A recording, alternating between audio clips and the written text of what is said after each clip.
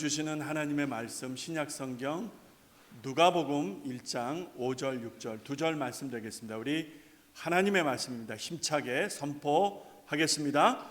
유대왕 헤롯 때에 야비아의 반열에 제사장 하나가 있으니 이름은 사가랴요 그 아내는 아론의 자손이니 이름은 엘리사벳이라. 이 두 사람 하나님 앞에 의인이니 주의 모든 계명과 규례대로 흠이 없이 행하더라. 아멘.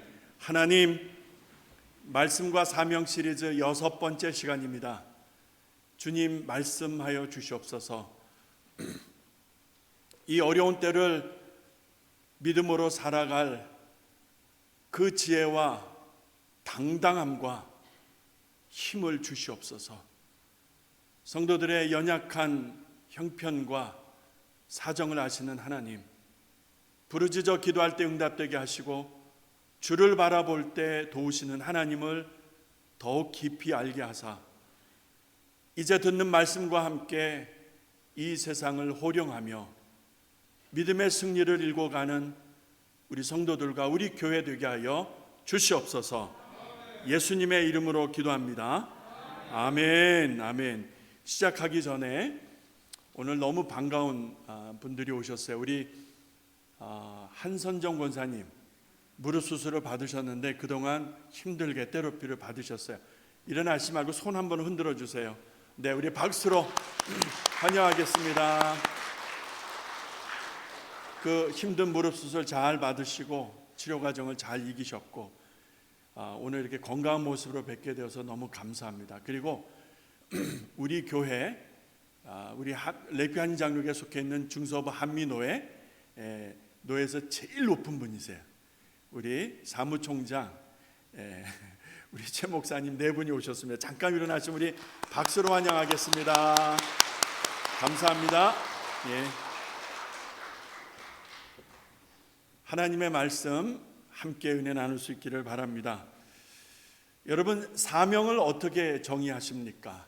사명, 흔하게 많이 쓰는 말인데 저는 이 시간에 책임이라는 단어로 함께 생각을 좀 해보려고 합니다.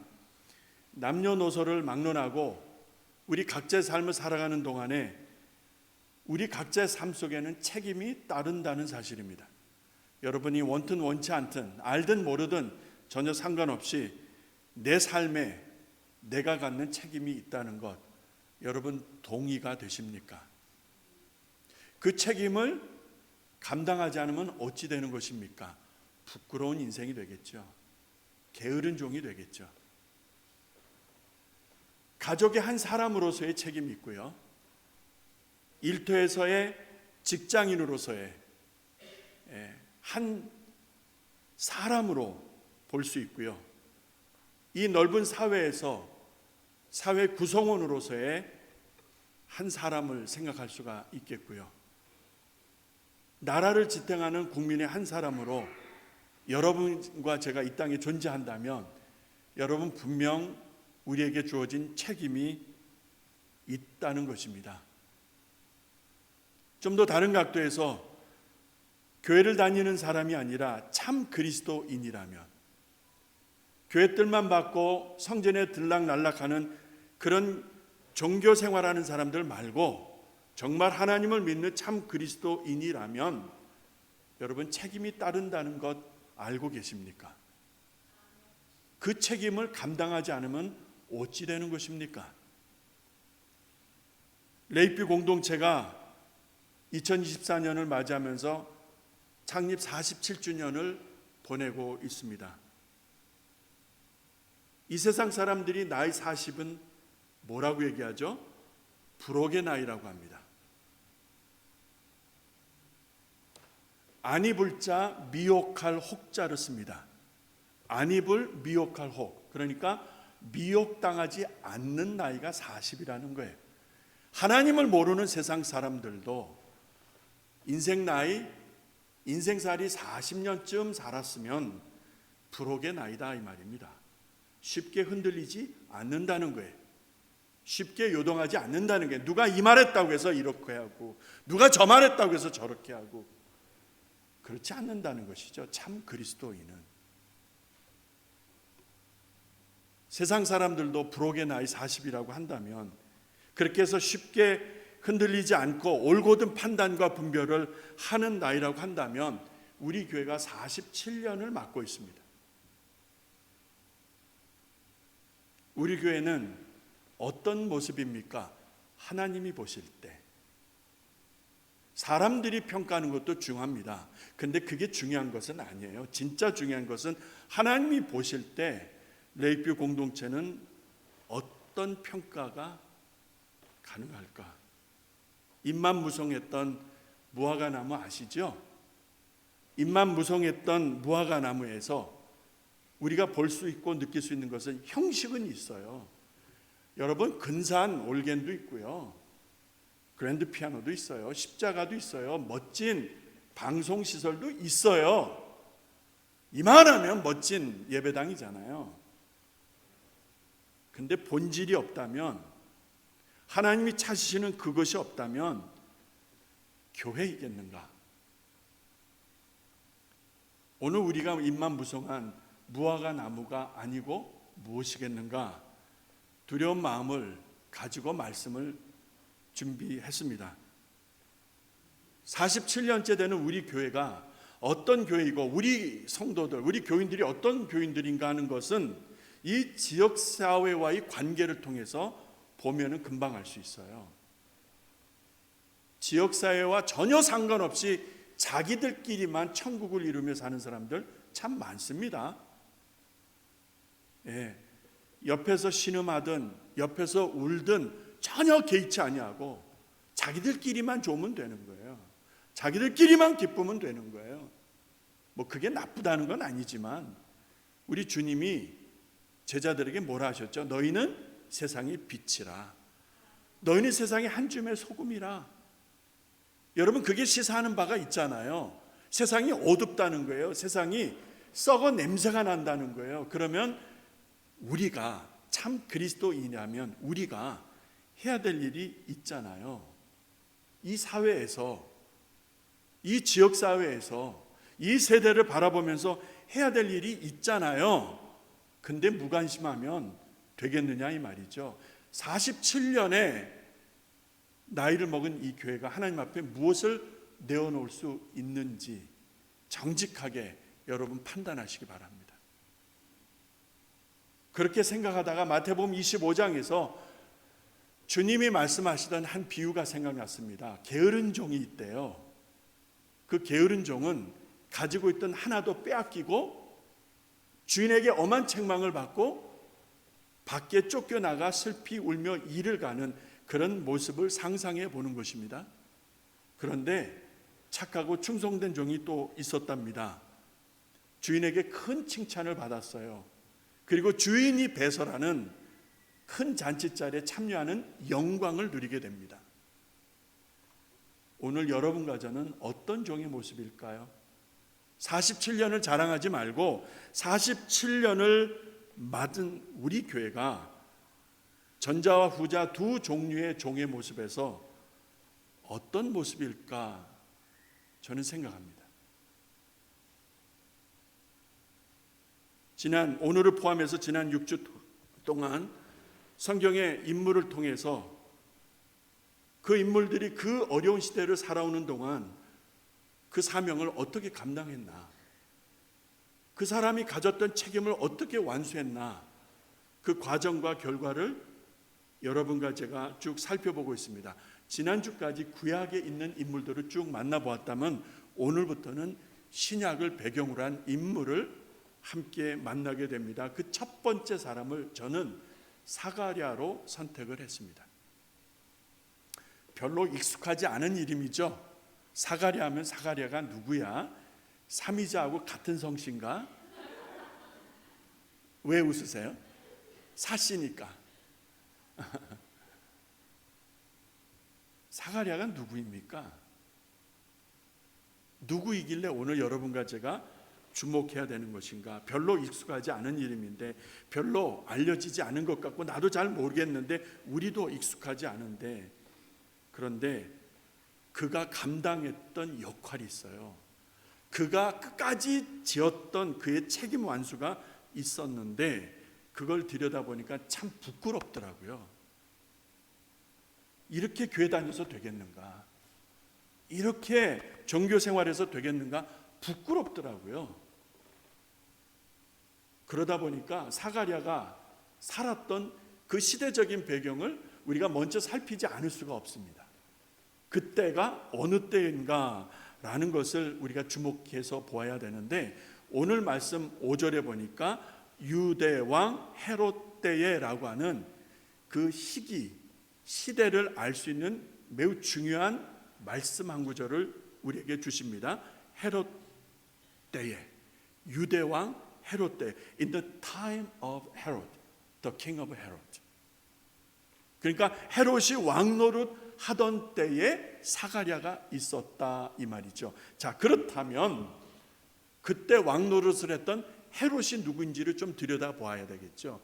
그래야 그 시대를 우리가 좀 이해할 수 있을 거니까, 그 시대를 알아야 사가랴가 왜 중요한지를, 왜 우리가 오늘 사가랴를 주목해야 되는지를 알 수 있기 때문에. BC 37년, 기원전 37년, 이 헤롯은 그 시대의 그 지역을 완전히 제패한, 모든 나라를 속국으로 만든 강한 나라 로마의 실세들과 친했어요. 기록에 보니까 누가? 헤롯이. 그래서 그 로마의 실세자들의 후원을 등에 업고 유대 땅을 통치하는 왕으로 세워집니다. 기원전 약 37년경에. 그런데 그냥 왕이라고 안 하고요, 분봉왕이라 이렇게 말을 합니다. 그냥 왕이면 왕이지 뭐 분봉왕이라고 그럴까, 이렇게 말을 합니다. 그렇게 해서 기원전 약 4년 정도까지, 약 그러니까 한 30년 좀 넘게 그가 유대 땅에서 왕 노릇을 했는데, 그를 가리켜 분봉왕이라 하니 이것까지 짚고 가야 할 듯 싶습니다. 자, 일본이 우리나라를 한일 합방을 통해서 송두리째 먹고 난 다음에 옛날 중앙청이라는 거 여러분 기억하시죠? 그 중앙청이 조선 총독부였었습니다. 조선의 맥을 끊기 위해서 그 자리에다 석조 건물을 지었죠. 조선 총독부. 그래서 총독을 임명한 거예요. 거버너 같은 사람. 그러니까 조선을 총괄하는 가장 권세 있는 자를 일본 중앙정부에서 보낸 것이죠. 똑같은 거예요. 로마가 직접 와서 왕이 다스리는 유대 땅이 아니라, 진짜 왕은 누구예요? 로마의 황제죠. 그가 와서 유대 땅을 다스리는 게 아니라 그 황제가 위임한 한 사람이 유대 땅을 다스리니까 진짜 황제 밑에 있는 꼬봉이죠. 분봉왕이 그런 뜻입니다. 꼬봉. 그래서 헤롯이 분봉왕으로 유대 땅을 통치하던 때에 사가랴가 있었다 이 말입니다. 그러면 헤롯이 어떤 인물인지를 좀 더 들여다볼 필요가 있겠죠. 지도를 먼저 하나 올려주시겠습니까? 여러분 보시는 파란색 북이스라엘, 노란색은 남유다. 원래는 저기 하나였죠. 사울, 다윗, 솔로몬으로 이어지는 통일 왕국 때는 저기 하나였었는데, 솔로몬의 사후에 북왕조, 남왕조로 갈라진 모습입니다. 자, 저기에서 여러분이 보는 오른쪽으로 보게 되면 암몬, 모압, 뭐가 있습니까? 밑에 에돔이 있죠. 헤롯은 유대인이 아닙니다. 바로 저 에돔 출신의 사람이에요. 그런데 어떻게 남유대 땅을 통치할 수 있는 왕이 되어질 수 있었을까? 여러분, 이런 분위기에서 좀 이렇게 우리가 느끼며 가야 됩니다. 얼마나 더러운 야합들이 있었을까? 그렇죠? 얼마나 더러운 뒷거래들이 있었을까? 보이는 거예요. 이둠의 사람, 이둠의 태생의 이 헤롯이 바로 저 에돔 출신의 사람이었다는 것을 분명히 역사는 기록하고 있습니다. 이것이 남유다를 통치하는 분봉왕으로서의 약점이라고 하면 약점이죠. 그렇죠? 메인이 아니에요. 이 본 줄기가 아니다 이 말이죠. 어서 굴러온 그런 입장. 그렇죠? 그러니까 항상 헤롯 입장에서는 그런 자기 출신 배경에 대한 트라우마가 있었을 수도 있었겠죠. 그래서 백성들에게 잘하는 거예요. 근데 유대 백성들에게 잘하는데 그게 진짜 잘하는 게 아니죠. 뭡니까? 환심을 사기 위해서 유화 정책을 쓰는 거예요. 그래서 이 헤롯 때에 성전을 크게 확대하는 거죠. 그 전의 성전이 아니라 크게 확대하는데 역사가들은 이것을 신축이 아니라 개축으로 말하는 분들도 있더라고요. 어쨌든 성전을 크게 하고 여러 공공 건물들도 막 지으면서 백성들의 환심을 사는 거예요. 이해가 되십니까? 진짜 백성을 사랑해서 나라와 민족을 사랑해서 최선을 다하는 선한 왕이 아니라 자기 권자와 자기 권력을 지키기 위해서 사람들에게 매기는 거예요. 매기는 거예요. 그뿐입니까? 그 자리가 뭐라고, 그 권세가 뭐라고, 정적은 다 도륙을 하는 거예요. 정적이 뭐죠? 자기 권자를 넘볼 수 있는 어떤 사람, 어떤 세력이죠. 그런 정적을 다 도륙하는데 그의 아내도 죽이고 그의 아들도 죽이고 그의 장모도 죽이고 그의 처남 삼촌까지 다 도륙을 해버립니다. 그게 누구예요? 헤롯이에요. 겉으로는 사람들에게 환심을 사는 듯하나 진짜 속내는 정말 악한 사람이죠. 로마 정부로부터 후원을 받아, 그게 정상적인 후원이었겠어요? 후원을 받아 실권을 쥐고 왕노릇한 이 사람이 이렇게 잔인한 인물이었다는 것을 여러분 염두에 두면 그 시대를 느낄 수 있는 거예요. 그 시대가 얼마나 혼탁했을까, 얼마나 어지러웠을까, 얼마나 힘들었을까. 오늘 우리가 읽은 누가복음 1장은 그런 배경이라는 거예요. 사실은 그런 배경을 지나온 상태에서 사가랴가 헤롯이 통치하던 때의 제사장 중에 한 사람이었다 이 말이에요. 정치적으로나 사회적으로나 특별히 종교적으로 칠흑같이 어두운, 진짜 한치 앞이 보이지 않을 만큼 어두운 비극적인 때였었어요. 비극적인 때. 나라와 민족이 뭐가 있었겠습니까? 이렇게 나라를 바르게 이끌어야 될 위정자들이나 지도자들이 이렇게 개판인데 오죽했겠어요. 오죽했겠어. 자, 그러니까 여기서 끝나는 게 아니었어요. 왜 예수님이 비둘기 파는 자들의 상을 엎으시고 돈을 바꾸는 환전가들에게 대해서 대노하셨는지 여러분 이런 부분을 들여다보면 보이기 시작해요. 이런 부분이 뭐냐? 여러분 헤롯이 양이 안 차는 거예요. 그래서 로마 정부의 후원을 받아서 다른 건 다 쥐었는데 아직 손이 안 닿는 영역이 있었어요. 그게 뭐죠? 대제사장, 제사장들이에요. 그래서 대제사장을 임명하는 권한 혹은 대제사장을 폐위시키는 권한을 이 헤롯이 딱 쥐게 됩니다. 이해가 되세요? 자, 그러면 어찌 되겠어요? 안 잘리기 위해서 온갖 뭐는 다 하겠습니까? 이제 분위기가 그렇게 되는 것이죠. 자, 예수님 왜 상을 엎으시고 성전에서 대노하셨어요? 장사치들이 어떻게 그렇게 장사할 수 있었어요? 누군가 그들의 뒷배를 봐줬겠죠. 성전에서 장사할 수 있는 든든한 누군가가 버팀목이 되었겠죠. 누가 했겠어요? 제사장들이죠. 목사들이죠. 그래서 그들이 받은 더러운 돈이 어디에다 쓰여졌을까요? 이런 때였었어요. 제사장들도 제사장이 아니고 대제사장들도 대제사장이 아니었을 만큼 정말, 그러니까 사두개파 사람들, 대제사장, 제사장 이 그룹은 정치인들과 아주 야합이 되고, 그런 사두개파 사람들을 경멸했던 것이 바리새파 사람들 아니요, 율법주의자들. 이렇게 혼란스럽고 난리가 아닌 때에 누가 있었다? 사가랴, 제사장이었던 사가랴.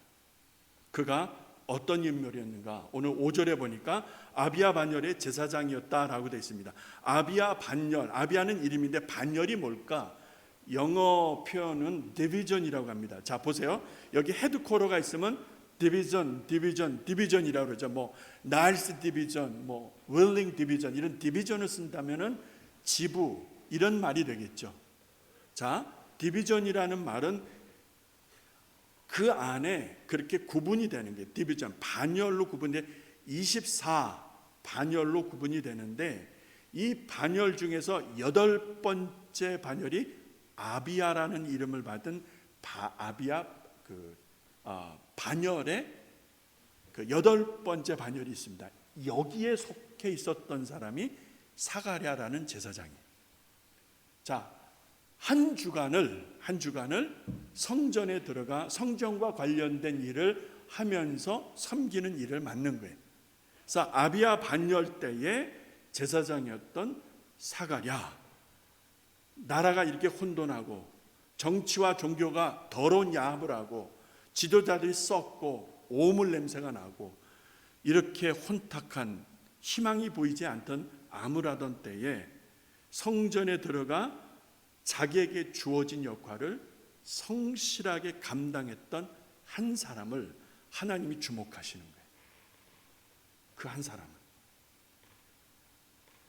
한 사람을 주목할 때에 시기적으로 구약에서 신약으로 바뀌는 역사적인 때예요. 다시 말해서 신약의 새로운 시대를 여는 그 첫 마디에 누가 있었는가 봤더니 사가랴가 있었던 거예요. 사가랴는 별난 사람은 아니에요. 그냥 성실하게 제 임무를 감당했던 제사장 중에 하나였다.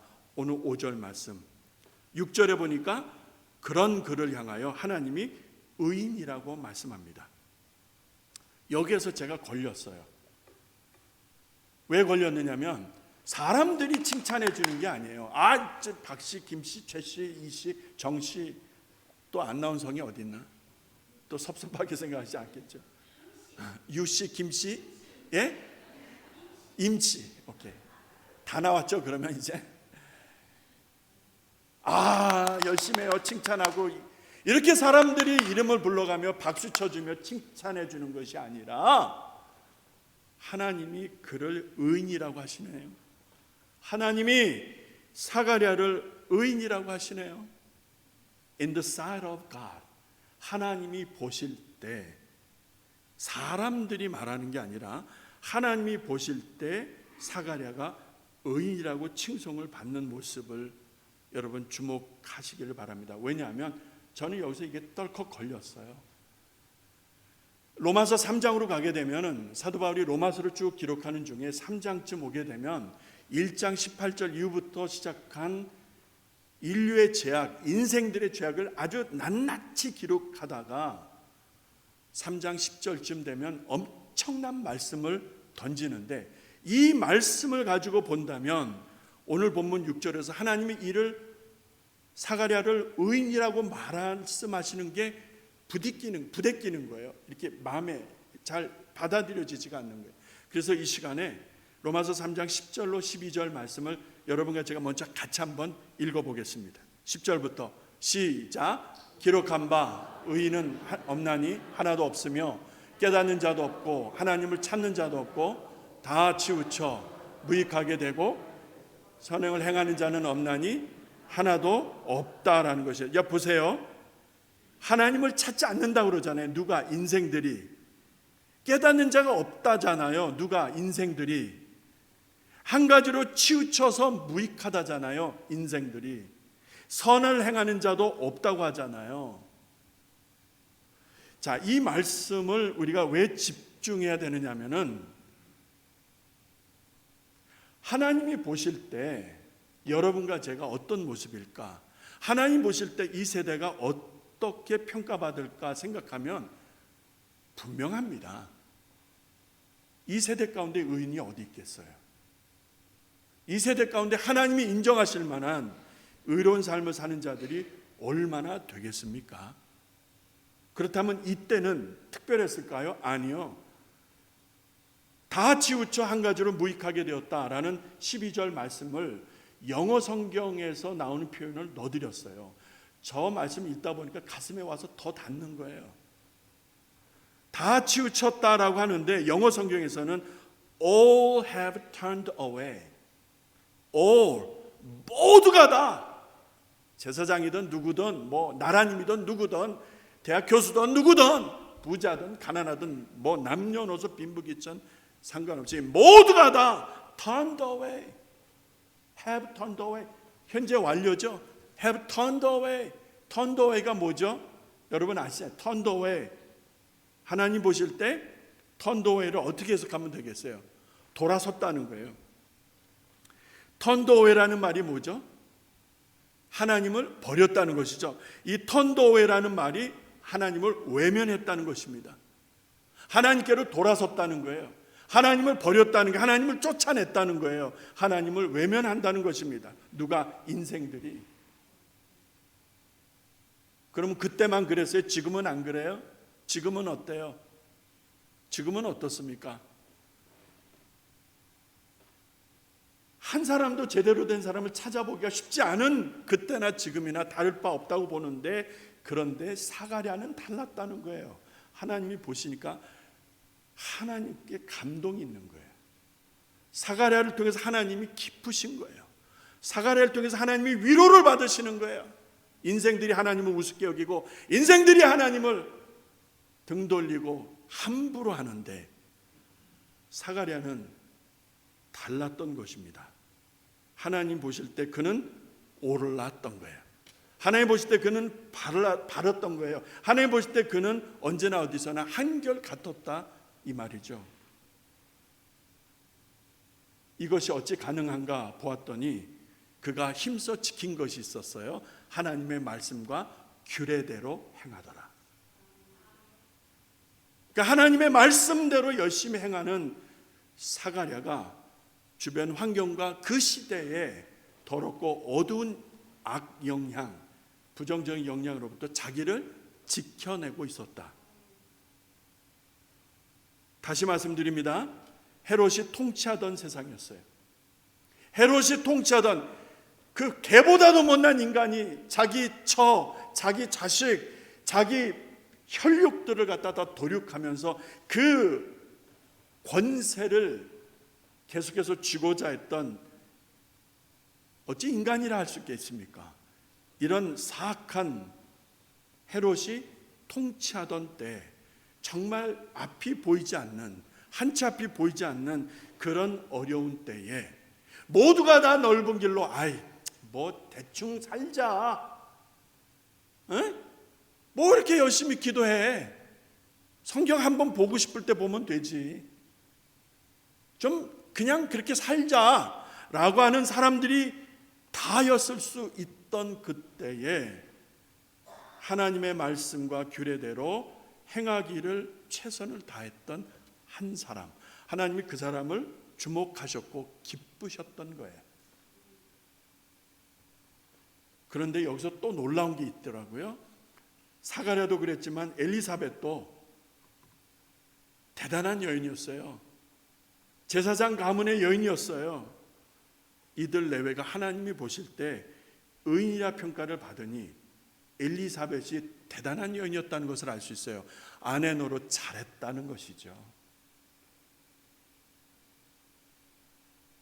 60대 남자가 엄청 두들겨 맞아고 병원에 와서 간호사가 왜 이렇게 맞았느냐고 물으니까 아내한테 통장 어디 있냐고 물었다가 아주 그냥 복날 개 패듯이 패가지고 얻어 맞아서 왔다 그러더라고요. 좀 있으니까 70대 어떤 영감님이 또 오셨어요. 또 이렇게 맞아가지고 오셔서 왜 이렇게 맞았느냐 그랬더니 너는 손발이 없냐, 왜 밥 안 차려 먹느냐고 아침에 들고 패가지고 두들겨 맞았다고 그러네. 손발도 없다 뭐 하려고 그러느냐고. 그러니까 여러분, 여기 계신 우리 어르신들 밥 차려 드세요. 그래야 복 있는 줄로 믿습니다. 조금 있으니까 또 80대 넘은 남자분이 두들겨 맞고 오셨어요. 왜 이렇게 맞으셨어요 하니까 아침에 화장하는 아내한테 왜 화장하느냐고 물었다가 세게 한 방 맞았다는 거예요. 그러니까 아내가 화장해도 묻지 마세요. 그냥 그러려니 하세요. 그래서 저는 제 아내가 화장할 때 나가 있어요. 묻지를 않아요. 좀 있으니까 90 넘은 영감님이 오셨어요. 아니 영감님 왜 이렇게 맞으셨어요? 그랬더니 아침에 눈 떴다고.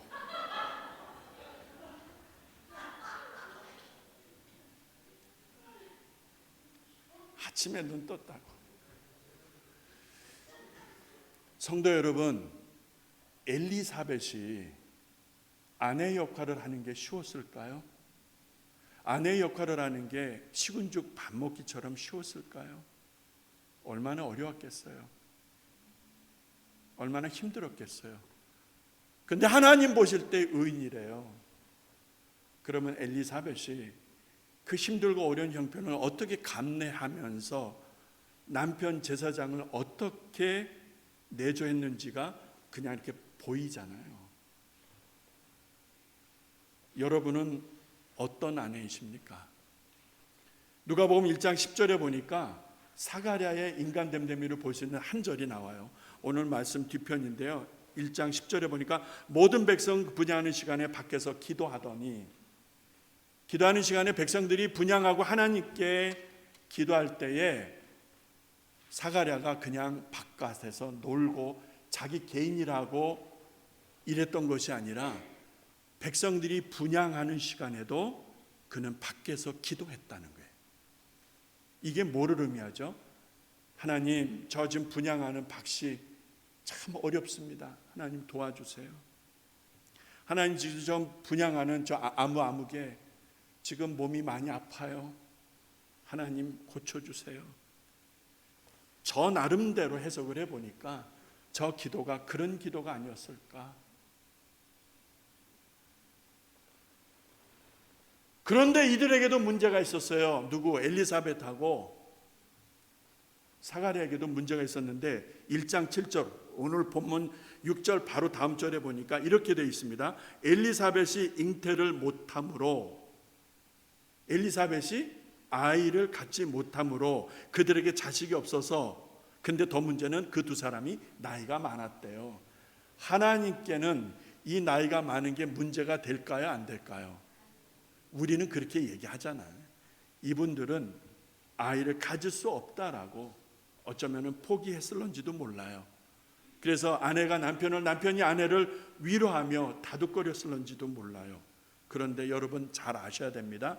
이들 사이에서 누가 나오죠? 세례 요한이 나오죠. 당시 자식이 없다는 것은 수치였습니다. 아니, 정확하게 말씀드리자면 하나님께 형벌을 받는다, 이런 의식이 더 강했던 거예요. 유대인들에게 자식이 없는 것은요, 자식이 없는 하나님의 책망, 형벌로 인식했던 성경 구절들이 많잖아요. 그러니까 무자했다면은 성실한 제사장인데, 성실한 제사장의 아내였는데 이들이 뭘 그렇게 잘못했냐 말이요. 하나님을 열심히 섬긴 것밖에는 없는데 그런 이들에게 남들은 다 있는 자식이 없는 거예요. 그러니 얼마나 사람들이 비웃음을 던졌을까, 조소했을까, 썩소했을까, 상상이 가능하잖아요. 그래도 흔들림이 없었던 사가랴와 엘리사벳이 기도하고 기도했는데 결국 그들의 태를 여신 하나님이, 여러분 누가 태어난다고요? 세례 요한이 태어나는 거예요. 우리 주님의 말씀에 여자가 난 자 중에 이렇게 귀한 생명이, 이렇게 큰 자가 또 있었겠느냐. 나는 흥하여야 하겠고 주님은 쇠하여야 하겠습니다. 이런 마인드를 가진 사람이었습니까? 아니요. 언제나 어디서나 세례요한은 나는 쇠하여야 하겠고 그는 흥하여야 하겠습니다. 나는 능력이 없어요. 사람들이 유대 광야에서 세례요한에게 달려나오지만 나는 진짜가 아니요, 나는 주인공이 아니야.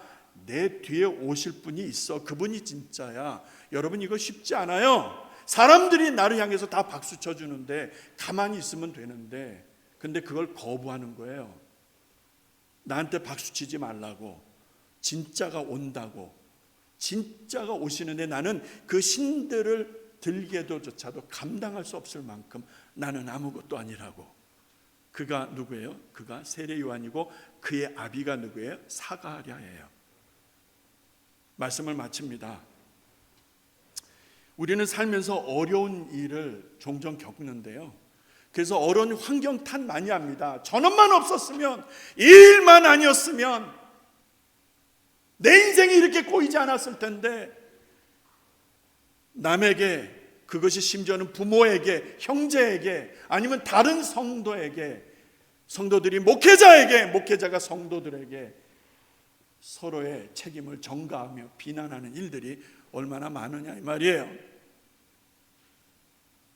사가랴는 어땠습니까? 아무리 어려워도, 아무리 힘들어도, 한치 앞이 보이지 않았어도 묵묵히 그의 일을 감당했던 한 사람이었습니다. 분향할 때 기도했고 늘 깨어서 기도했던 그 사가랴, 한결같은 그를 통해서 하나님은 구약이 끝이 나고 그리고 신약이 열리기 그 과정 속에서 많은 역사적 충돌이 있었지만 마침내 여명기라 그럴까요? 여명기? 말라기 선지자 이후에 400여 년의 하나님의 침묵이 있었고 말씀도 계시도 없었던 그때에 위정자들을 보면 헤롯 같은, 주변의 강대국들을 보면 로마 같은, 도저히 이 민족이 살 수 없는 칠흑같이 어두운 절망 가운데 있을 때에 여명기가 뭐죠? 이제 새벽에 동이 트듯이 찬란한 빛이 비춰오는 게 뭐지요? 하나님의 어린 양이신 예수. 할렐루야. 그가 오시는 그 여명기가 사가랴와 그의 아들 세례 요한을 통해서 준비되어졌던 것입니다. 그래도 여러분 환경 탓하실래요? 그래도 나이 탓하실래요? 보세요, 사가랴 나이 많았다 그러잖아요. 여러분보다 많은지 적은지 전 모르겠어요. 그냥 많았대요. He was so old. 그래도 열심히 일했잖아요. 우리는 환경 탓, 나이 탓, 육신 탓, 이 탓, 저 탓, 저놈 탓, 이놈 탓 참 많이 하잖아요. 오늘 이 시간 이후로 우리도 제2의 제3의 사가랴가 되어 보십시다. 그래서 우리 각자가 서 있는 자리에서 주어진 책임이 있잖아요. 엄마로서의 책임, 아빠로서의 책임, 장로로서의 책임, 권사로서의 책임, 목회자로서의 사명과 책임 있잖아요. 그거 감당해야죠. 끝까지 감당하셔야죠. 이러한 은혜가 오늘 함께한 우리 온 교우들 가운데 하나님께서 부어주시기를, 꼭 붙들어 주시기를 주의 이름으로 축원합니다. 이 시간 우리 한번 합심 기도하겠습니다. 결단의 기도를 드리겠습니다. 하나님, 나를 제2의 사가랴가처럼 세워 주시옵소서. 하나님, 어려운 탓 많이 했습니다. 코비드19 이후에 물가는 올라가고 이 사람 저 사람은 아프고 연약하고 먹고 사는 일이 참 힘들고, 하나님 많이 힘들어 지친 심령들 위로하시되, 그러나 그 자리를 털고 일어나 하나님 끝까지 사명을 감당했던 그 사가랴처럼, 그 엘리사벳처럼, 엘리사벳의 그 뜨거운 지혜로운 내조처럼 우리도 그렇게 감당케 하여 주시옵소서. 우리 한번 주여 부르고 잠깐 합심해서 통성으로 잠깐만 기도하겠습니다.